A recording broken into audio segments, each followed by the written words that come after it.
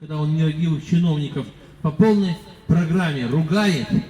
В общем, такой порыв нашего президента поддержит Мельников Александр Николаевич. Поэтому, пожалуйста, послушайте, а дальше мы продолжим.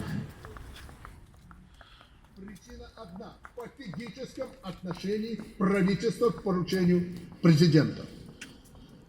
Поэтому на этой неделе внести предложение по замене всего руководства правительства. Всей верхушки из резерва кадров, которые мною сформированы и у вас находится. Хватит смотреть им в рот, и они будут все нам рассказывать, как им сложно, как им трудно. Внести предложение по министру промышленности и по министру строительства. Он сидел, не мог отремонтировать крышу, выполнить поручение президента. Кто имел право отменять мои решения? А почему не выполнили? Почему не сделали, как я сказал?